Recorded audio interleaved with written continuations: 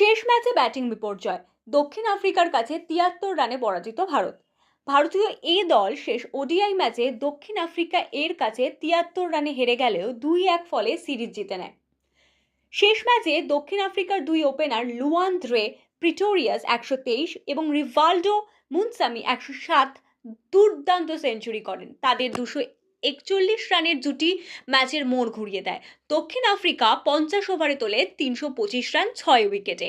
Target তাড়া করতে নেমে ভারতীয় দল শুরু থেকেই চাপের মুখে পড়ে। এক পর্যায়ে স্কোর ছিল ৮২ রানে ৪ উইকেট। এরপর ঈশান কিষান ৫৩ এবং আয়ুষ বাদনি ৬৬ অর্থাৎ ৮৮ রানের জুটি কিছুটা আশা জাগালেও পরপর দ্রুত উইকেট হারিয়ে ভারতের ব্যাটিং ভেঙে পড়ে। পুরো দল অল আউট হয় ২৫২ রানে। দক্ষিণ আফ্রিকার হয়ে পিটার ৪ এবং মোরেকি ৩ উইকেট নেন। ভারতের হয়ে খলিদ আহমেদ এবং প্রসিদ্ধ কিশোর এবং হর্ষিত রানা তিনজনই নেন ২টি করে উইকেট। ম্যাচের হাইলাইটস: আজকের লক্ষ্য ৩২৬ রান।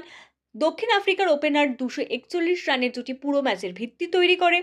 ভারতীয় ব্যাটিং লাইন আপে ধস নেমেছিল ৩৮-২৯তম ওভারে এবং সিরিজ জিতল ভারত ২-১, কিন্তু শেষ ম্যাচে বড় ব্যবধানে।